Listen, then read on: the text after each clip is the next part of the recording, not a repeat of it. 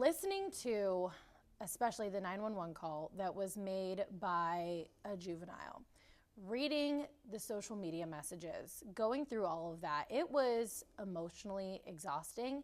And I can't imagine how that was for your officers and the detectives who worked this case. I just wanted to ask how your department is doing mentally after living this for the past several months.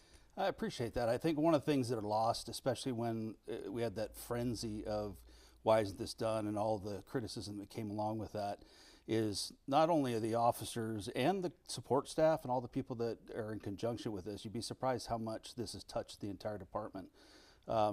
It was overwhelming just for that. Then on top of that, all the other, scrutiny because of, the different feelings that were out there about how we were conducting business. So it's been tough. I will not sugarcoat it.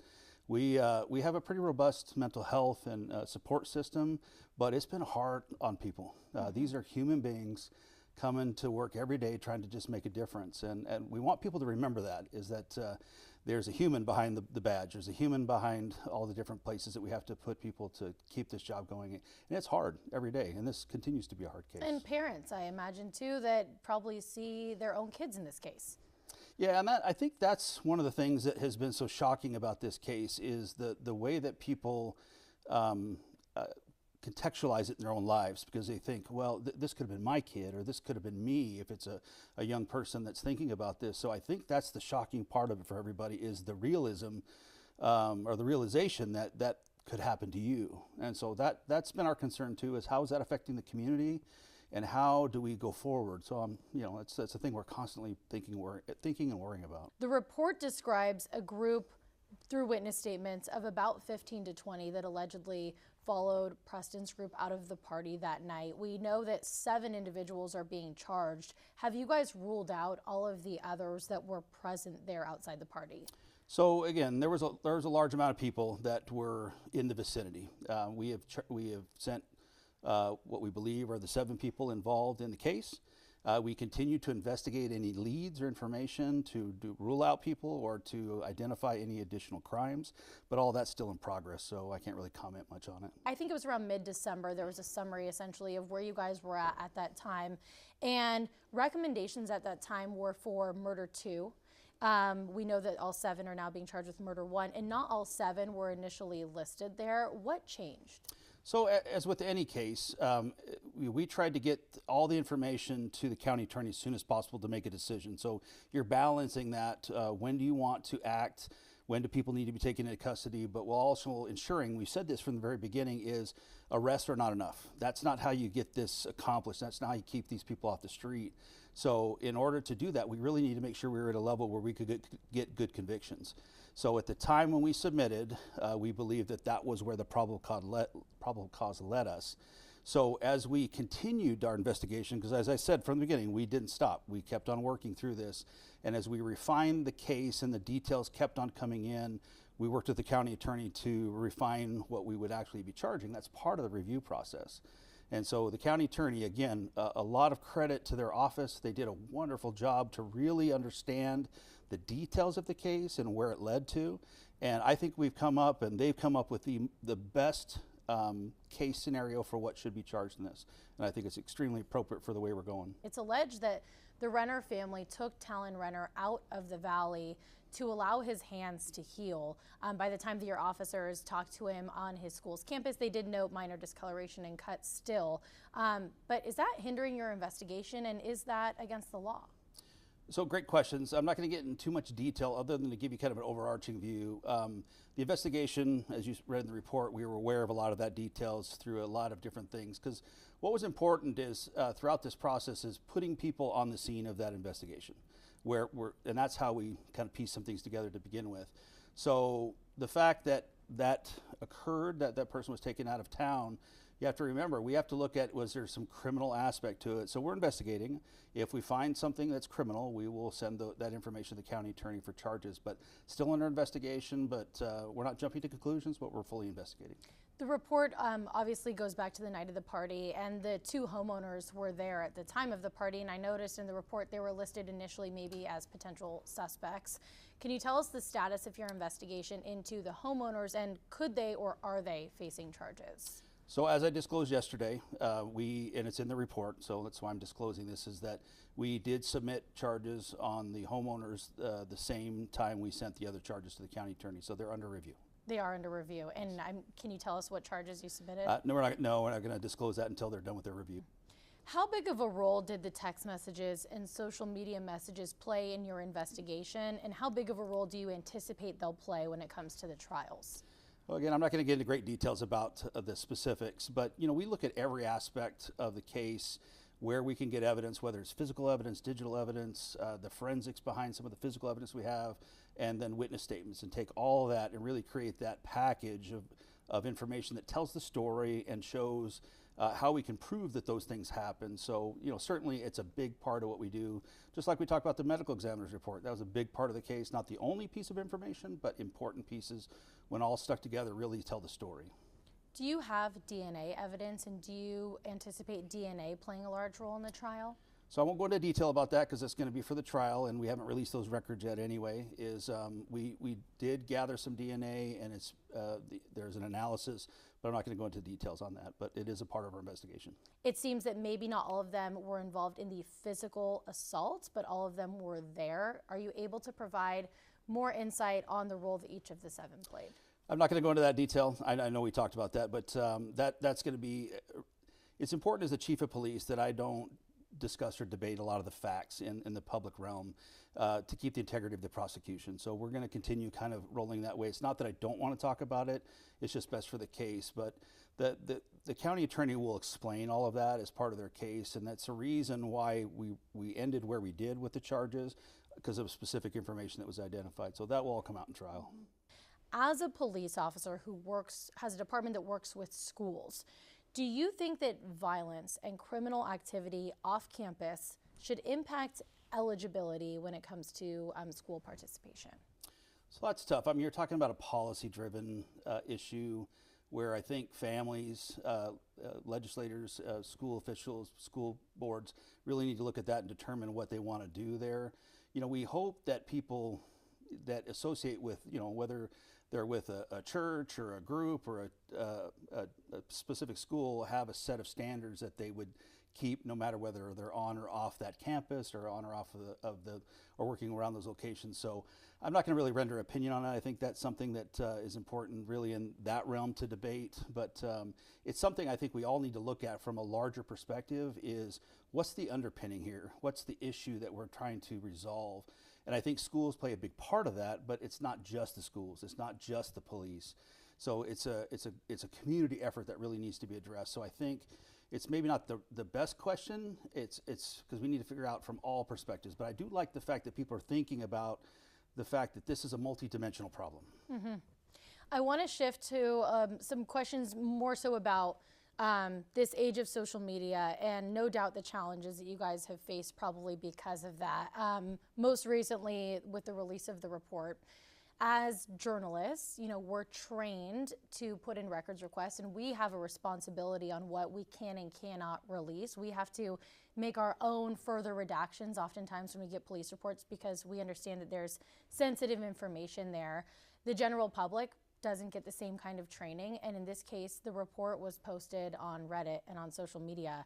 What was the reaction of you, your records team, your department, when you realized that this was being widely shared? So, we always anticipate that people are going to, because just a general citizen can ask for any record, and they have to be somewhat precise in what they're asking for, but once they receive it, we redact it according to the law and what's expected from that, and then obviously the law prescribes very specific things that we can and can't do.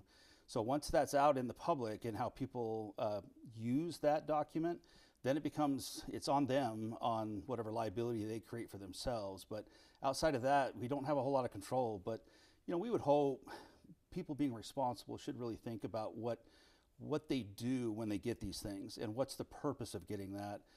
I go back to what's the family feel like when they see this stuff out there, and without the context of things, the report's very comprehensive, but it needs context. It needs people to help them understand what that stuff means. And sometimes people take pieces and run with that as if it's the whole story. And you know how that is. If you only get a piece of the story, sometimes it doesn't really tell you the truth because it's missing a lot of pieces. So that's our concern when that stuff happens. And was there a concern with regards to the witnesses that cooperated with you who were named in the report? Well, certainly, and I understand. We put out an update yesterday on our Facebook and web page and the various media outlets. We understand the concern, and there were a couple of people that came to us and said just a handful, but it still is important. And I understand, me being a resident here, and sounds strange, but I don't like being in the limelight. I do not enjoy this. It's part of my job, and it's important, but I don't like being out in that realm. So I get people don't want to have their information out there. So we had to follow the law. The redactions were done in a way that's prescribed by law. We explained that on our release, but we're not stopping there. We really do think that needs to change. There is a protection in the law for victims. We think that should apply to witnesses as well. So while we're just really preliminary, we're talking to our own elected officials here in town on how we can maybe strategize to go forward to the state legislature and see if we can get that changed. So just to make sure everyone understands, basically there are laws that you guys have to follow when releasing records. You can't just redact something because you feel like, this person's name shouldn't be out there. There's a specific set of guidelines that you have to follow when releasing records. Correct, and it's not just a Queen Creek PD thing, it's a statewide thing. So all agencies, all public entities that release records this way are bound by the same laws. And I understand the frustration and the difficulty, and I wish it could be different. So how do we do that? We're going to have to take that back to the state legislature and see what we can do. In the meantime, are you guys adding any sort of protections for those whose names were released who may be concerned for their safety? So as in anything, when we have different police situations, if information comes out that puts them in any feeling of jeopardy or actual jeopardy, we want them to make sure they're contacting the authorities if something happens. If there's a threat, even an inkling of a threat or a concern or suspicious activity, call your local police department. If that's us or someone else, that's fine. Give us the information so we can start working that. And we want to make sure that we respond to that quickly. So don't wait. Contact us as soon as possible. How difficult has it made things for you, given that this case has been so publicized? How much of a challenge has that posed to you and your investigators when it comes to this case? I don't think gigantic quite fits, but it's a huge burden, responsibility. I, as the chief, really try to keep that off of my investigators because I need them concentrating on what's important. And we have these conversations on regular check-ins with their bosses and just say, look, do not listen to the noise of what's happening. Don't be frustrated by the things that are being said. And something interesting happened to me when we had the last vigil that happened for Preston. There were a couple of people that walked up to me and said, look, I'm really sorry. I didn't realize that you guys were doing all these things, and we didn't realize that 2 months really was fast. So it was variations of that. So I look back now and I get everybody's frustration because me as a citizen, as a father, resident here in Queen Creek, I want to know what's going on for my own, not curiosity, but safety, And so I get it, but I also have to balance.